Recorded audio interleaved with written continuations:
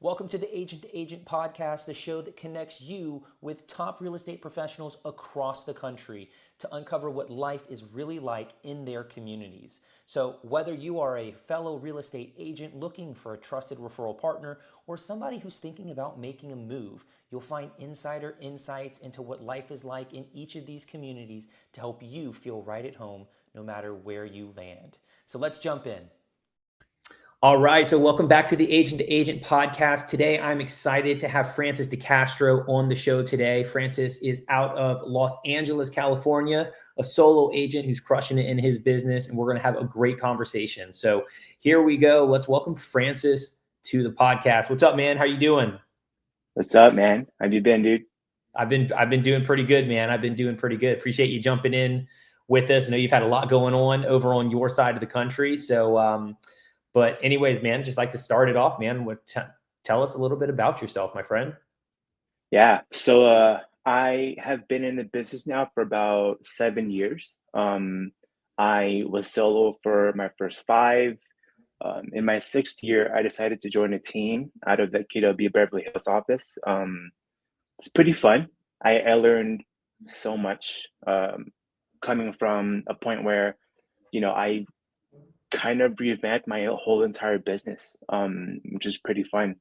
Now going into Q4 into the next year, I'm going solo again. I'm pretty excited. It's a new and familiar territory, but also a little bit like, all right, you're on your own again. Let's go. Yeah. Yeah. The Fun. nerves Yeah. are coming back up, I'm assuming a little Yeah, bit. yeah. A little bit, yeah. It's a little exciting.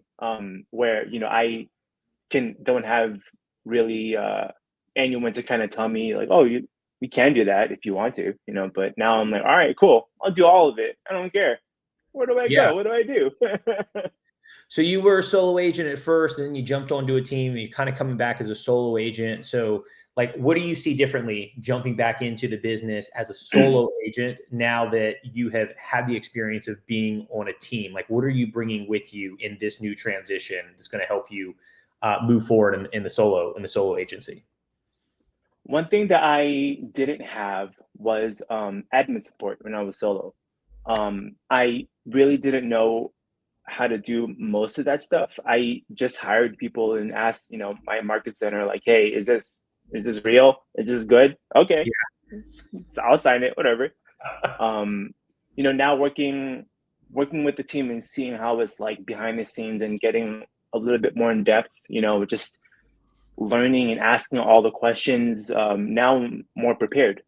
I think that in the past I've always been about, well, I can just meet them in person. Like, let's say if I'm meeting a new client or anything like that, I've always operated on, oh, I'm just gonna call them later. I'll text them later or something. I don't know, whatever. Now it's no, I'm doing it today. I'm time blocking it. I'm doing everything that I'm supposed to be doing. Meaning I'm not being the lazy solo agent and just thinking, oh, whatever, it's fine. Now I'm being more intentional about how I move, which is I think a big plus. Yeah. So it sounds like it sounds like that learning curve, right, was before, which I think all of us new agents, solo agents, when we're in the earlier parts of building that business is, we kind of do it on like the whim, or we get it done, right? We're not saying that we don't get it done, but we just we don't have that structure and that system that we can consistently repeat to ensure that the same level of service happens to every single one of the clients. So it sounds like that was probably one of the biggest takeaways from being on a team that it sounds like you're going to be implementing into your now solo business moving forward. Yeah. Where I've seen what it takes to kind of go from, consultation to listing or putting an offer to being an escrow and kind of seeing that, okay, there's certain things that have to be done. Let me know when I have to do it and then I'll take care of it. Right. And going through an experience with working with a team, I saw a lot where I in the past I always kind of figured, well, I can do that later, but whatever. Now it's okay, we're taking care of everything now so that later on we don't have to worry about it. Let's front load all the work now, do it all in the beginning, and we'll still take care of our clients, but we'll take care of them and make sure that in the back end they're covered too, right? So that there Right. won't be anything missed. Yeah. And I think Absolutely. that was the big thing in my business that I was missing. Okay. So are you seeing this now that you're moving forward? Are you going to be implementing this more as like, so we use like, smart plans, or, we use automations, right? To like kind of automate that process moving forward. Is that kind of the direction that you're looking to go in? And are Yeah. you just creating like the structure of like, hey, here's the timeline and we're just going to make sure that we hit each of these particular things as they come? No, all of it. I found that in my business before, it was all just me going off on memory and me just remembering things like, oh yeah, I forgot about that. I'll do that now, right? Yeah.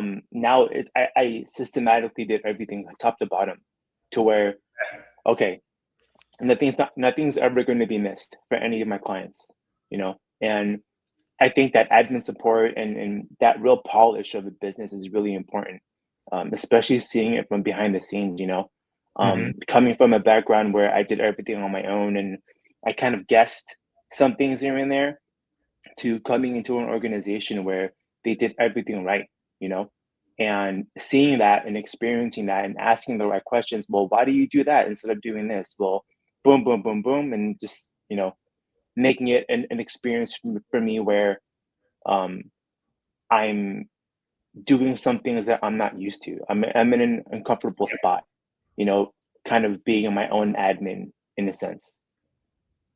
Sure.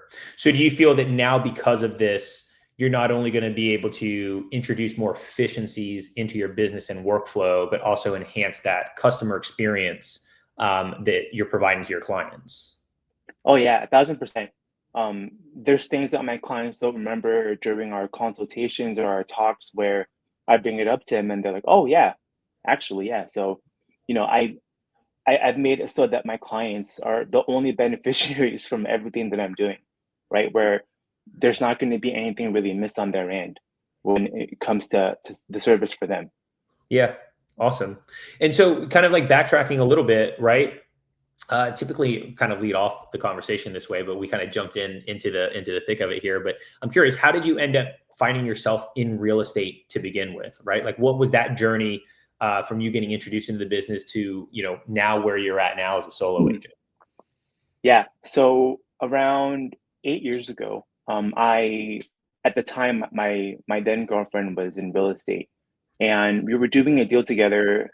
And I was selling insurance at the time. It took me 30 days to finish the deal. It took her the same amount of time. My check was 500 and hers was 10,000. And I'm like, whoa, dude, that's not cool. Like we did almost the same amount of work. We had the same amount of emails, same amount of calls, texts, all of it, but you got paid way more than I did. What? And the fact that I had to see all my clients in a suit, like I don't mind not doing, but it's uncomfortable for like a 5-10 minute like sign this and I'm still wearing a suit. Like it just feels Yeah. awkward. And I saw her just like, oh, here's a hoodie and some sweats. I'm signing documents or I'm going to an inspection or an appraisal. And I'm like, this is not fair. Like, I hate this. I hate this so much. That's fine. So you did, I'm assuming, was it like life insurance sales? Is that the Yeah, type of yeah, doing? yeah. I did life insurance and medical insurance. So, I got to learn how to study how to sell, which I think was really important for me at the time to figure Yeah. out like how am I going to get these people to go from pen to paper, from sitting down to signing something. I don't know. We'll figure it Yeah. out, I guess. Right. No, absolutely. I mean, I think we have a similar story kind of coming up. So I sold life insurance myself, like almost fresh out of college after taking a corporate job. And I'll say that it was probably some of the better sales training. Keller Williams has great sales training, which I think that too, because we're all part of the same, the same company. But that early training, just from that it provided you, like, and you got to have some thick skin to be in the insurance Yeah, business, right? You got to have yeah. some real thick skin. We wrestle with elephants sometimes, what I like Oh, to say. But yeah, especially being young, like, because I'm assuming you were young too, right? And we're trying to sell a yeah. Like, product that people who are our age at the time, just don't care about. they don't care. They didn't have a need for it. The Superman complex was really real, right? Is what I like to say. So it's like, Yeah. I don't need life insurance. I don't need disability insurance. I'm No, just fresh dude. out of college, man. I'm going to do my thing. So, but the sales skills, the experience, I think that bleeds over very, very well into the real estate Yeah. business. Yeah. It's one thing to where you study for about 3 to 6 months of a certain product. You sit in front of a client who's probably 3 times your age, and you're Mhm. talking to them and you're kind of assessing their needs, and then they end up signing, and you're like, oh my God, dude, I'm like as old as your grandkid. And you just Yeah. sign that? Like, that's nuts. That's crazy. Yeah. Yeah. So, I mean, there's parts of the business that I miss. Like there's good relationship and rapport building in that Yeah. industry for sure. Because you have to. Because at some point that conversation of mortality comes up, and like it's a very real and raw conversation Yeah. where like I don't really know you, but like you're giving me all your family secrets. And this Hmm. is awkward. It's a bit awkward. Like you're not gonna have your sister as a beneficiary? Okay. Yeah. A Well, lot of heavy conversations. A lot of heavy conversations. yeah. Being So like 23, I'm like, okay, well, I guess it's just your family. Like, yeah. like, okay, cool. So what do you feel was maybe one of the greatest skill sets or experiences that you drew from in that profession that you now carry into real estate that you feel has helped shape your business and shaped your approach to client services? You never sell, you educate. Hmm. That was the biggest thing that I ever gotten from any of the training that I've ever received from them, was that you're you're filling a need that they feel as if they don't know yet, but they know that they have to do it, right? So you're essentially educating them and advising them, what would it take for this to happen, stuff like that, right? Where when I got into the business, I was still really young. I think I got my license at like like early 30s, and I took that with Okay. me, where I saw all the paperwork that had to be done in a deal, and I said, okay, I'll read that. you know I'll read all of it. I'll understand it, to the point where if you just tell me what the acronyms are for these forms, okay, I know what it is, I know what it says, right? Yep. Yeah, because in real estate in California, it's so much more different, where our purchase contracts are like 30 something pages. Oh, um wow. Really? yeah, yeah, so we have to read all of it, right? Like, if I'm signing a contract or an offer for a client, if I just tell them like, hey, sign this, I think it's good, I did it, I reviewed it 3 times, it's everything there that we talked about. No, I go through all of it with them. Yeah, by memory, just knock it out. Because Right. you have to educate them, right? Like, Yeah. this is the biggest purchase of their life, and you have to explain these documents to them, all these disclosures, addendums, contracts. You have to. Otherwise, why are you even there, right? Hmm. Like in LA, 2% for $1 million is however much money. That's a lot of money. That's $30,000. You mean to tell me you can't read a contract and explain that to your clients, right? Right. Yeah. Like, yeah, I think it's like one time I had a client. They were working with their trust attorney, and they're like, "Well, do you mind if we give all the paperwork to our attorney for them to review? Go ahead, please do that. I want you to. I want Hmm. you to see that everything that I'm doing for you guys is only for your benefit, and I think your lawyer's going to see that." After what, maybe the third docu-sign, they're like, "Oh, it's fine. Don't worry about it. We know. Like, we trust you now. It's fine. Yeah. Go ahead." So that to me is the most important part, is the trust of my clients. And that's what I took from being in insurance, is just educate, be the teacher that you're supposed to be, and then everything else will follow. I think a similarity in both of our industries, and I think I would argue that's even maybe in like a universal truth in as a true sales professional is that education piece, but it's that asking of questions because there's so many times when we'll have clients buyers, sellers coming to us for services, and there's so much they know what they know, and they know that there's some things that they don't know, but what's more important is that there's so much that they don't know, and they rely on us as the professional to educate them, guide them, or point them in the direction, or ask those questions to help them self-discover. Yeah. So I think that that's a kind of something huge that a lot of times some agents might miss that boat on that. And I know that I was there too at the very beginning, right? I always wanted to like tell people what was happening or what it was, instead of really trying to understand the client's particular situation. Yeah. I think that most of the time, if you just assume and move and think, oh, this could probably be in their benefit without actually asking them, it's Mm-hmm. not going to work. You know, um, you have to be the one to educate them because you're the professional. They don't. They're only going to talk to you for a few times. They'll ever really need you a few times in their life, right? Yeah. As realtors, how rare how many times do we have a client buying 5 homes in their lifetime? Hardly ever, right? Yeah. Very rare. Yeah, very rare. Yeah. So that 1 or 2 times that we have to help them, we have to really step up, and we really have to do the best for them, because this is going to be like their one and only shot at probably buying a home. And I think they deserve, you know, everything that they can get. And it begins with the questions. You have to know what they know. If they don't know anything and you're helping them, like, they're going to be so lost, Right. why would you want to do that to them? Absolutely. Absolutely. So tell us a little bit about what's life out in like LA, right? I mean, we see it big screen, movie theaters, you got Hollywood, you got the actors, the actresses, Yeah. expensive hills, Beverly Hills, all of this stuff. But like, you're in it. Like, what is a day in the life of LA really like? Oh, it's every week and every day, it's always different. Um, I think like one weekend I was in Hollywood for like a pop-up for like Korean makeup, and then the next day I was in a volleyball game in Moreno Valley for like for just uh, for it being and living in LA is different because there's always something to do.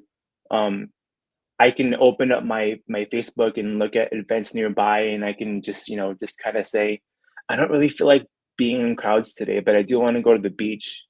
Okay, let's go find like a really private beach somewhere in Malibu and just post up and chill, right? Mm, Um, there's I do understand that LA is very, very expensive. Um, there's fixtures here that are in the millions, and it's a lot to deal with. But being here, you're never ever going to be bored. You know, like, there's never anything for you not to think. There's always something for you to do. Always. You want to watch a game? There's the Lakers, Clippers. Right now, the Dodgers are playing. If you like yeah, hockey, we have 2 teams. Like, we have 2 teams for everything, dude. It's silly. We that's have kind two of crazy. basketball teams, 2 football teams, one baseball team, and Anaheim Angels. You're there. We see you, right? Yeah. Um, yeah. It's like I feel really blessed. Like, I can go from where I live and I can just say, well, I kind of want some like good Chinese food. I can drive 10 minutes away and go to a place where it's so Chinese that it's like, oh, I don't think they speak English, but I know this food's gonna be bomb. This is gonna be cool. Or, I can just say one day I want to go to a fancy bar and get drinks. All right, I'll go to Chateau Marmont, and all the spots in West Hollywood and just chill there. You know, um, yeah, it's pretty fun. I love it. The weather here is amazing. It's Okay. always 75 and up. Today it's raining. It's like 60 something and it's cold. I don't like it, but whatever.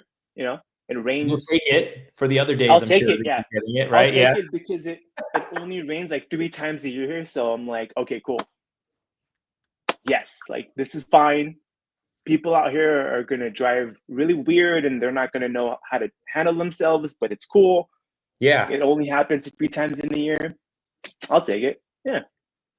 That's awesome, man. So how is because I know like over the last few years, right? I think that one of the big things that's always over the news, right, is like the brush fires and all of that. And when those things happen, it takes up real estate, right? It really impacts real estate. So I'm kind of curious, like with all of the brush fires and I'm sure like what is it like ordinances and safety measures and stuff like how is that impacting real estate locally for you? Like what has that been like for you? So it's really location dependent and depends, and it all depends on the client and where they want to go, right? Mm, Because of the fires, we've seen parts of the LA really boom and really see an uptick. For example, I have clients looking about 20 minutes from here where I live. I live in Pasadena where one of the fires was, and okay. we saw a big uptick in homes being rented out here locally. And then we also saw a lot of people buy in other parts of LA where there isn't that much of a fire risk, which I think is important because it kind of drives certain markets to go up, right? Hmm. Um, Here we see a lot of ordinances and stuff when it comes to brush clearance. LA is pretty much just like one big hazardous fire zone, so we kind of have to deal with that as we go. Um, Insurance is an issue still, but not so much an issue because people are still getting covered, right? Okay. Um, like I had to tell all my buyers that even before we look at inspectors and do the EMD, we're calling up the insurance and we're calling up an insurance broker, right? Make I sure you need can to get. know, yeah, make Yeah. sure that we can get this home insured because above all, that's going to be the most important. Inspections, EMDs, appraisals, loans, all that's important too. But first and foremost, it has to be the insurance because it can hold up a deal, right? Interesting. And yeah. Like, I was go ahead. gonna no, because you were just piquing my interest. I was curious because you had mentioned just a little bit ago that like where you're at in Pasadena, that you're seeing a lot of people like renting and then buying out in suburban areas or other cities that don't have this like fire hazard issue. I'm curious, like, are people renting the properties out because they want to hold them as investments, or are they renting the properties out because of is it the difficulty in buyers getting the insurance to be able to sell the property in general, or is it because home values just aren't supported? Like, what's I was just curious if Well, there was like a correlation between, the fire hazards and the renting versus selling to move out. so over here where I am in Altadena and Pasadena, um, the rents, people that were affected by the fires, they've Mm, been here for decades and decades, right? This is their only home that they know. So okay. when it happened, we saw leases here go up by a lot. Even still to this day, I think it's been almost 9 months or 10 months, 9 months since the fire started, and we still have ordinances for price gouging for leases still. Um, because there's not, where else are they going to go? This is their home that they've been in for forever, right? I Mm, know that LA is so big, and everyone here can move around and be in different parts of LA, but there's some people who just want to stay where they're at because they've been there for forever, right? yeah. So leases here in my area are really really hot, even still to this day. Um, some people opted to sell their lots and buy somewhere else, Mhm. where it isn't so close to the fires, because obviously it was a really traumatic experience for a lot of people. Um, but it's weird time here, you know. Yeah. Yeah, Huh. weird market. Yeah. So with the market that you're working in and all of these challenges and stuff, like what are your now that you're a solo agent again, right? Coming fresh off of a team back into the solo agent world, what are some of your goals or what's your vision moving forward? Like we're almost at the end of 2025, so we're moving into Yeah, 2026, right? So like what's your vision? What kind of goals do you have set for yourself for the upcoming 2026 year? it's pretty much just the same as me being in the team. I think the only difference is just the marketing. Um, Okay. I've never taken my eye off the ball. You know, even with going through all of this and not being in the team anymore, the only thing that's on my mind is just my clients still. Um, you know, and I think the difference probably is just how I deal effectively in the escrows, right? Where I'm not going to have someone in the back end dealing with back end stuff. It'll be me. Um, yeah, there's not much of a change. It'll Okay. still be the same. Yeah. So you're going to be, it sounds like you're going to be working and handling still the majority, if not all of like the admin and coordination stuff Yeah. for your clients. It's just that you're working to have a more systematized and automated approach. So you're leveraging technology to keep that in-house as opposed to bringing an admin on, or I know that, you know, some agents, some of us, we use transaction coordinators, listing management coordinators and stuff like that. But you're keeping all of that close in pocket for yourself. Yeah. You know, because one of the things that I was hoping to get out of being in the team is growing that part of my business, the admin part. Mm-hmm. I'm not very good at that. I've been told from my KPA. Um, I'm Yeah. good with you in person, but in the back end of it, sometimes I'm like, oh yeah, huh, I forgot about that. Yeah. So, Yeah. you know, like during deals, I lean really heavy on my TC. You know, so but now, you know, I have to control all of it, right? Yeah. Very good. Very good, man. What are you most excited about heading into next year now that you're a single agent and you're kind of taking all of this responsibility on for yourself? Just kind of seeing where it goes, you know. I think that for a long time we've been hearing about a shift, you know, like shift during COVID, shift during 2022, and shift like last year, and all these Yeah. shifts. And I'm like, all right, like I'm all shifted out. I'll do it again, whatever. Um, you know, I think this time I'm making it more intentional, right? To really build more relationships with people.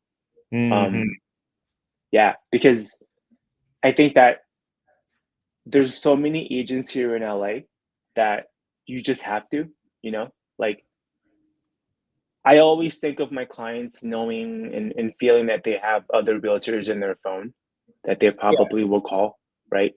Um, I just have to, you know, kind of tell myself, like, look, dude, it's time for you to go. Let's go. Just call them, you know, Yeah. text them, email them, do something, shit, you know? Yeah. Yeah. I think that's one of the biggest challenges, I think, for, even the most seasoned and successful agents, right? Is still, you're always going to have that apprehension of picking up the phone and calling your people, right? Right? Because it's Yeah. like, have I asked for the business too much? Am I being too business heavy? Because at the same time, I think that, like, at least for myself, when I think about it, is like I genuinely also care about my people, and I Yeah. genuinely also want to know how they're doing. But the reality is sometimes life doesn't allow us to connect with all of the people that we want to connect with as frequently as we want to connect with them. And we still need to be, marketing ourselves and asking for those opportunities. So it's like, that fine balance. And most of it is probably us being in our own head. But whether we're in our head or not in our head, I mean, our reality and perception is what it is. So, kind of just making sure we have a handle on that. Yeah. I think is really the key. Yeah. And I think it's the attitude too when you're making your calls. Like I I act as if like I'm a golden retriever who just found their owner, you know, after like 5 minutes of being lost. I'm like, oh my God, they're back. Oh shit, what's up? Oh yeah. How have you I been? I miss you. I'm gonna keep that visual in my head. Yeah. Yeah. Well, so I'm it picturing the tail wagging and everything, man. yeah, because if you really think about it too, right? Um, if you lead with enthusiasm and if they really know that you really like them, you know, if they trust you, I see no reason to kind of be formal and say, "Hey, how have you been?" Oh, look, no, no, no. I'm calling them like, "Dude, did you see that game? Oh my God, I Yeah. lost this week in fantasy. How did you do?" Right? And then start going from there. And then it's like, okay, I know that you're doing something. I'm Right. calling you. You know me now, so yeah, Yeah. I love it. Sometimes we'll have conversations and, like, you call because we're calling during the day. typically, right? Between the hours of like 9 to 5, typically. It's like you call somebody, and I'm sure you've gotten it. It's like, hey, man, how are you doing, man? It's been a while. How are you doing? He's like, I'm good, man. I'm at work. What are you? I'm actually at work too. Like, that's why I'm calling you, actually. Speaking of the devil. No, but that's great. I think it's great that we're in a people business, though. We have the opportunity to really frame like our relationships. I was interviewing Oriana Cervantes a few weeks ago. I think her episode was last week's episode, and the one thing that she had made mention is that she ended up finding herself in the business, but what it really did was kind of like force and allow her to rekindle and reopen relationships that she said herself that she likely might not have done if she hadn't found herself in a position that kind of pushed her to reopen those relationships. And it's reopened those relationships. Some has garnered some business, but others have just reopened relationships that once were strong that now they're just building on again. And I think that's such a privilege that we find ourselves in a business that allows us to do that with our people. Yeah. Yeah. I was reminded of that on my very first deal. Okay. That really like got me like, oh, okay, I should call my people then. So I got a referral from a friend of mine, and she said, look, I'm too busy for this. They're my friends. They're only buying a townhouse. It's only like 500. Take it. All right, cool, whatever. Took him. Dude, the husband went to school with me. He was a year ahead of me. I actually like know him pretty well. And I'm like, okay, all right, I'm gonna call my people. I'm gonna text them or whatever. If they're working in a hospital, I'm not gonna call. I'll text, whatever, you're a nurse. But I'm hitting everyone up. Like, this is egregious. My first client, and I know the guy, and I didn't call him, and he came to me via referral. Dude, call, text, all of it. Reach out. Sometimes it may take forever. I've got like 2 or 3 people who I talk to via text, and our conversations will span days. Yeah. You know what I mean? Like, you shoot a text message and like ghosts and crickets. And then like 3 days later, you get that text message back. And it's like, and then they're messaging you when you're in the middle of doing something. And then like, it's like a long game of chess, man. Sometimes like 3-day moves or something like that. But I think the point I have a lot of those. Yeah. Yeah. Because some of my friends are nurses. They work in the medical field, so I can't call them, Right. Like, oh, you're an RN and you work at the like whatever, blah, blah, blah, like department. I'm not calling. I'll text you. I'll text. You're busy. Yeah. Exactly. And when they get off of work, it's not like they're like, oh, let me call Francis. Let me call Chris. Yeah. That's the first phone. That's the most important thing I need to do after I just off of a 12-hour shift, helping other people. So doesn't matter. Call, text, not email, call, text.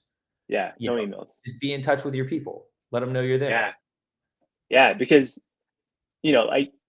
everyone is so busy nowadays. Sometimes calls are cool, but then sometimes, there's some people where I can text them all night. I can go 24 hours. I have, but it's fun. It's good. Yeah.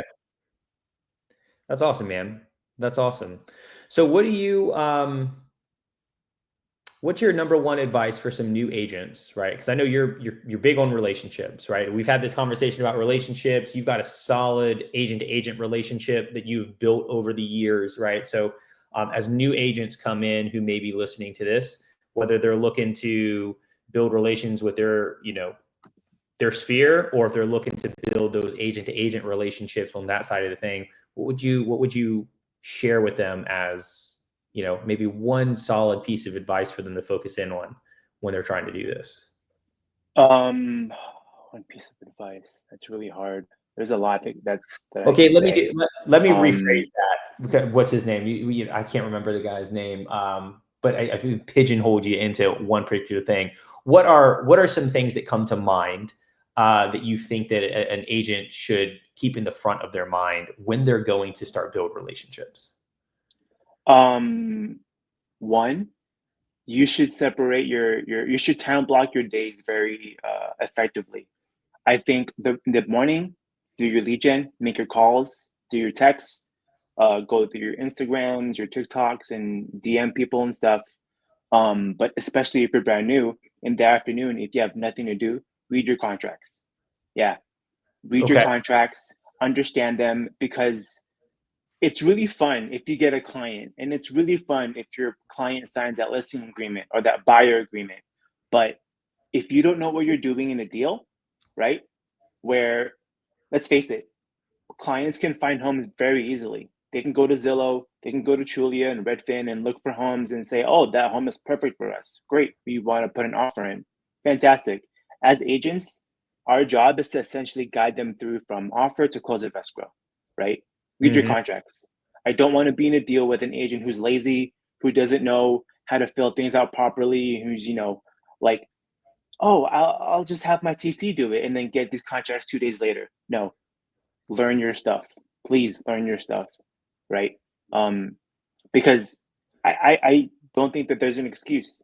You're a professional. We're being paid a lot of money to do this, a lot of money. If you think you're going to get clients that's, in the 2, 3, 4, 5 million and not know your stuff, you're really fooling yourself. Right. Yeah. That's what I would tell a new agent in their first 2 years. Lead gen in the morning, in the afternoons, do your admin work, read your contracts, study up on what it is, that you have to do during an escrow, because that's valuable information, right? And I Yeah. think the more that you know, the easier it is for you to talk to your clients, right? Yeah, the more value you can bring, and especially if you're on the buyer side, right? So many consumers, so many buyers feel that like the number one responsibility or the number one thing they look for with a buyer's agent is to help them find a home. And Yeah, no, I almost argue that that is a part of what a buyer's agent does, but the real value of a true buyer's agent is, to your point, being that guide and that professional through contract to close of escrow. Because Zillow's out there that you're sitting there at night when you're bored and you're surfing through, and like you can find your own home, but it's how do you navigate that process? How do you negotiate? What's the best way to structure the negotiation? What does this contract mean, right? How does this process work? Like that's where a true professional on the buyer side really can add that value back to the buyer, right? And that's what we get paid. That's what we get paid to do at the end of the day. In my yeah, opinion, everybody's going to have their own. Everybody's going to have their own position on where the true yeah, value lies. yeah. I Listen, I have a goddaughter who's about 11 years old, right? She's on Okay. her iPad, on her iPhone. She goes through homes and she sees them. And she's like, oh, uncle, what do you think about this home? Like, that's cool, right? That's nice. She's 11, dude. She can find her own home, Yeah. right? Um, Yeah. we go from offer to close of escrow, and we advise all of our clients in the best way possible, right? Where we give them the comps, we let them know, hey, I think this might be an issue. I think we should get that inspected if we get into escrow. They don't know that. They don't Right. know. Yeah, they have no idea what to do. Like, do they even know? Like, hey, you should probably inspect that roof. Why? It's $30,000, my guy. That's why. That's Oh, why. maybe you should maybe you should inspect the sewer line. What's a sewer line? Well, if you use the bathroom, it's pretty important. Is it messed up? Is it going to cause plumbing issues? How much Yeah. is that going to be? 60K maybe worth of damage if it's messed up, right? Buyers don't know that. Buyers don't Mhm. see that side of real estate. They don't think about, you know, if I do this, is like right now I have a client who I have to kind of coach them up a little bit, like really let them understand that cosmetic stuff is cool, but also the big systems are just as important. So we should also Yeah. look at that too, right? Making sure that they're covered, right? Where they're not just seeing the dream of I'm gonna put my bed there and I'm gonna put my office there. Yeah, but let's look at that. Let's look at the foundation. This feels a bit weird. I think there's a crack there. Let's look at Hmm. that. Oh, how did we do that? I have a guy. They'll come in tomorrow or the next day, right? Yeah. So I think it's just that you just have to be ready for any and all situations during a deal because the buyers, they're thinking about their future and they're thinking about what they're going to do in that home. But us as agents, we have to think about what can we see that we can find during this deal that will kind of let our clients understand that, this might go wrong, we'll fix that later. Oh, this has to be fixed now, we'll do it now, kind of a thing, you know? Yeah. So often do we have, especially more so on the buyer side, it's like the issues that really aren't that big of an issue are a big issue to the buyers. And then the issues that are Hmm. actually big issues, the buyer, it comes down to, they don't even know about it, because it comes down to that not knowing what you don't know, or not knowing what you don't know doesn't allow you to ask the questions that you should ask to Yeah, provide clarity. And that's where we step in to help guide them into that clarity so that they fully understand the risk profile, because every property has a risk profile, just some degree of risk profile, but to understand that risk profile that they're going to be making a purchase on, right? yeah, So yeah, 100%. Couldn't say it better yeah, myself. yeah, because, you know, again, they're never going to really need us multiple times in their life. I think we owe it to them at, that one or two times that you're actually talking to them and working with them to give them their best, right? And I think Absolutely. they deserve that. Love that. Love that. I think Yeah. that's a great place for us to wrap up for today, ending on some value as to what we do day in and day out for our clients. So if we've got a fellow agent who's not in your area, or sometimes we might even have somebody interested in moving into the area, if they need a great agent to get in contact with, how do they reach out to you? What's the best way for them to get in contact with you? You can just hit me up on my Instagram, Francis Fitted, FRNCISFITTED. You can find me on all my socials through that. Email would be cool, francisrichard@kw.com. Yeah, just find me through my socials. I'm always there. Awesome. Awesome. All right, everybody. Well, thank you so much for joining in for another episode of Agent to Agent. This is Francis De Castro out of Los Angeles, California. Go-to agent for you for all of your LA needs. Francis, appreciate you jumping on with us, having a conversation. Look forward to having you on potentially on a future show down the line, seeing how your growth has gone over this next year or two of being a solo agent. But until next time, we'll talk to you later. Thank you so much, man. Have a good All day, right. dude. You too. Thanks for tuning in to the Agent to Agent podcast, where we connect you with the people and the places that help make moving feel easier. If you enjoyed today's conversation, be sure to follow along for insider looks at communities across the country. And connect with me if you'd like help getting connected with a trusted agent, no matter where life takes you. We'll see you next time.